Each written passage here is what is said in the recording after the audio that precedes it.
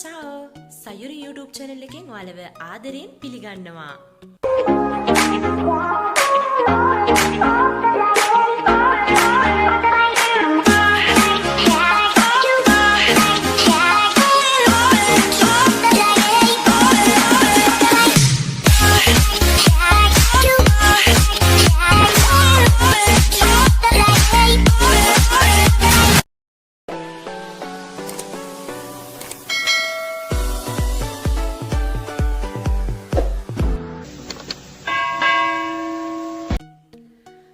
අදත් මම අරගෙන ආවේ වෙනස් රෙසිපි වීඩියෝ එකක්. එහෙනම් අපි දැන් ඉක්මනටම ගිහින් බලමු මොනවද අවශ්‍ය වෙන අමුද්‍රව්‍ය කියලා මේ රෙසිපි එක හදාගන්න.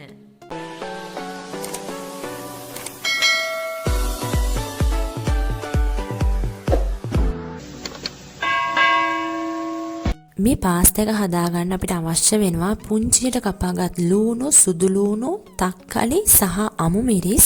ඒ වගේම අවශ්‍ය වෙනවා ටිකක් ලොකුවට කපාගත් කැරට්, ඒ වගේම සීසන් කරගත් හරක් මස්. හරක් මස් එක සීසන් කරගන්න මම එකතු කරගෙන තියෙනවා ලුණු, ගම්මිරිස්, මිරිස්, විනාකිරි. ඒවල ප්‍රමාණවල් ඔයාලගේ රසය අනුව තමයි එකතු කරගන්න ඕනේ.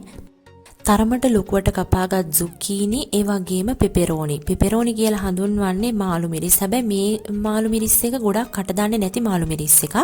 ඒ වගේම අපිට අවශ්‍ය වෙනවා ලූණු කොළ. දැන් අපි ඉක්මනටම මේ රස සැරට පාස්තා එක හදාගමු. පෑන් එකක් මත තෙල් ටිකක් රත් වෙන්න තියාගෙන ඒකටම මම දැන් පුංචියට කපාගත් ලූණු සහ සුදු ලූණුද එකතු කරගන්නවා.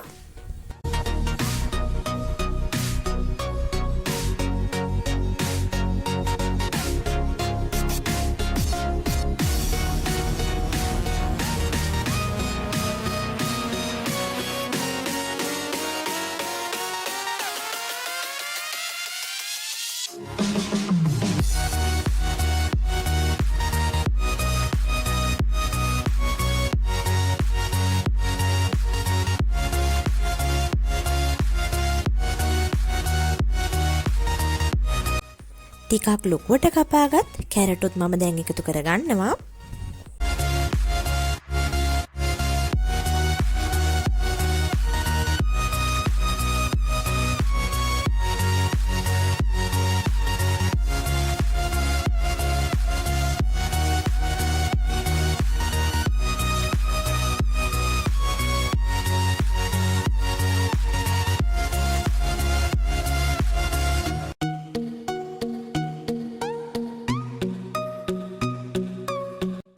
දැන් මම එකතු කරගන්නවා හරක් මස්. ඉතින් ඔයා හරක් මස් කන්න කැමති නැති කෙනෙක් නම් ඔයාට පුළුවන් ඔයා කන්න කැමති මස් වර්ගය පාවිච්චි කරන්න.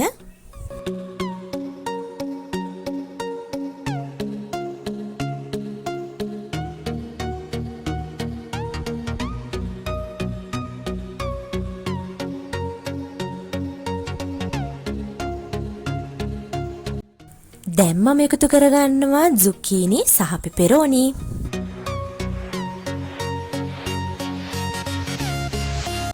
දැන් මම එකතු කරගත්ත සේරම එළවලු ටික හොඳට කලවම් කරලා වහලා තියාගන්නවා පොඩ්ඩක් තැම්බෙන තුරු. ඉතින් මම තාමත් ලුණු එකතු කරගත්තේ නැහැ. මොකද මේ සීසන් කරගත්ත මස් එකෙත් ලුණු ටිබිච්ච නිසා මම අමතරව තාම ලුණු එකතු කරගත්තේ නැහැ.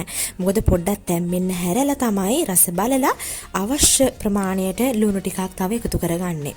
ඉතින් මම වෙනදත් කියනවා වගේ ගොඩාක් ලුණු එකතු කරගන්නේ මම කැමති නැහැ මේ වගේ පාස්තා එකක් හදනකොට විශේෂයෙන්ම. මොකද අපි පාස්තා එක තම්බන වතුර එකටත් ලුණු එකතු කරගන්න නිසා, ඒ වගේම දැන් මෙතන සීසන් කරගත්ත මස් තියෙන හින්දා ඒකටත් මම ලුණු එකතු කරගෙන තියෙනවා.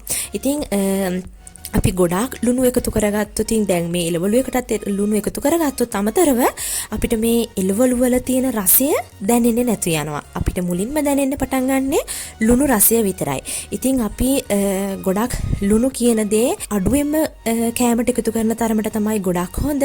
මොකද එතකොට තමයි අපිට මේ එළවලු වල හරි රසය දැනෙන්නේ. එහෙම නැත්නම් අපිට ලුණු රසය විතරයි දැනෙන්නේ. ඉතින් වැඩක් නැහැ මේ විදිහට කාලා. ඉතින් දැන් මම හොඳට තැම්බෙනතුරු මේ විදිහට වහලා තියාගන්නවා. මේ හොඳට තැම්බීගෙන එනකොට තමයි එළවලු ටික. ඉතින් දැන් නම් ටිකක් හොඳටම තැම්බිලා තියෙන්නේ. නමුත් තව චුට්ටක් මම ලිප මත තියාගන්නවා. ලිපේ ගින්දර දැන් මම ටිකක් වැඩි කරලා තියෙන්නේ. තැම්බෙනකන් මම ලිපේ ගින්දර මධ්‍යම ප්‍රමාණයට තමයි තියාගත්තේ.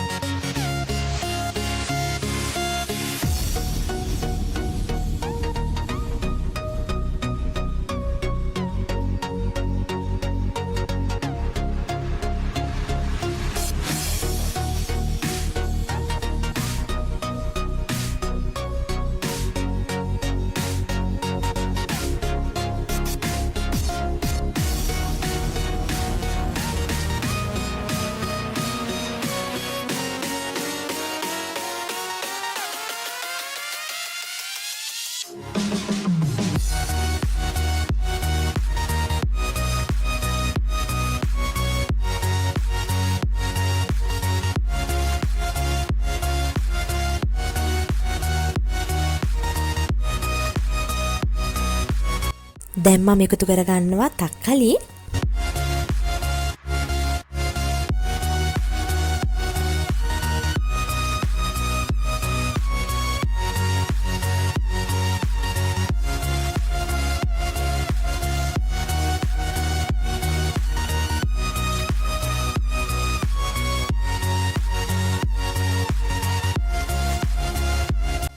දැන් මම එකතු කරගන්නවා ලූණු කොළ. ලූණු කොළ අන්තිමටම එකතු කරගන්නේ මොකද ලූණු කොළ ඉක්මනටම තැම්බෙන නිසායි.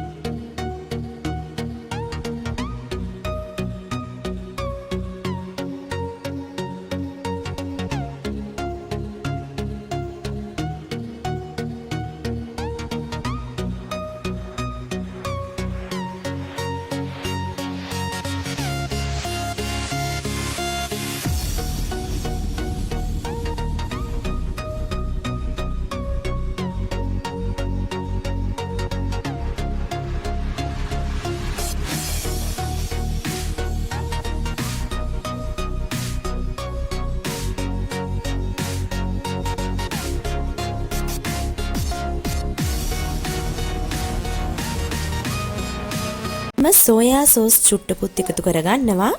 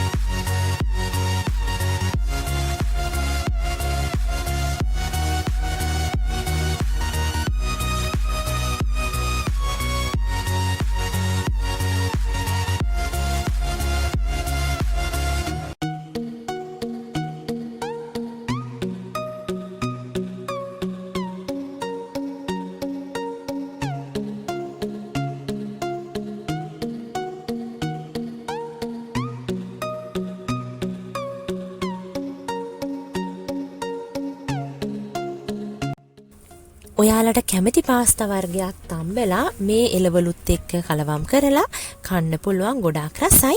ඉතින් මම හිතනවා අදත් මම අරගෙන ආපු රෙසිපි වීඩියෝ එකට ඔයාලා හැමෝම කැමති වෙන්නේ නැති කියලා, ඒ වගේම ඔයාලට ප්‍රයෝජනවත් වෙන්නත් ඇති කියලා. අදම නම් මගේ පළවෙනි රෙසිපි වීඩියෝ එක දැක්කේ.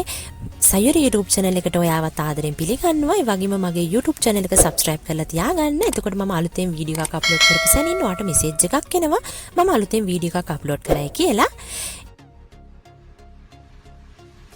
ස්පැගෙටි පාස්තා එකත් එක්ක තමයි මම මේ එළවලු එක කලවම් කරලා රස බලන්නේ. ඉතින් ඔයාලටත් පුළුවන් ස්පැගෙටිත් එක්කම රස බලන්න. මොකද ස්පැගෙටිත් එක්ක මේ එළවලු එක කලවම් කරලා රස බලනකොට අමුතුම රසක් තියෙනවා.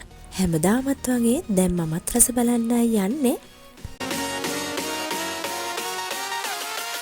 ඔයා ගොඩාක් සැරට කන්න කැමති කෙනෙක් නම් තව ගම්මිරිස් ටිකක් උඩට ඉහන්න පුළුවන්. නමුත් මම නම් තව එකතු කරගත්තේ නැහැ. මොකද මට මේ මස් එකේ මම එකතු කරගත්ත ගම්මිරිස් සැර ප්‍රමාණවත්. ඒක නිසායි. ඉතින් ඔයාලට පුළුවන් තව ගම්මිරිස් ටිකක් ඉහලා රස බලන්න. ඉතින් මේ වගේ පාස්තා එකක් ඔයාලට ඉක්මනින්ම හදා ගන්නත් පුළුවන්. ඒ හින්දා අනිවාර්යයෙන්ම හදලා බලන්න. ගොඩාක් රසයි. ඔයාලා හිතනවා නම් මේ රෙසිපි එක හොඳයි කියලා එහෙනම් අනිවාර්යයෙන්ම ලයික් එකක් දෙන්නත් අමතක කරන්න එපා. ආයෙත් දවසක මේ වගේ වෙනස් රෙසිපි වීඩියෝ එකකුත් අරගෙන මම එන්නම්. එතකන් ඔයාලා හැමෝටම බොන අප්පෙටිට කොරිචෙත් දබරවාරේ. චාଓ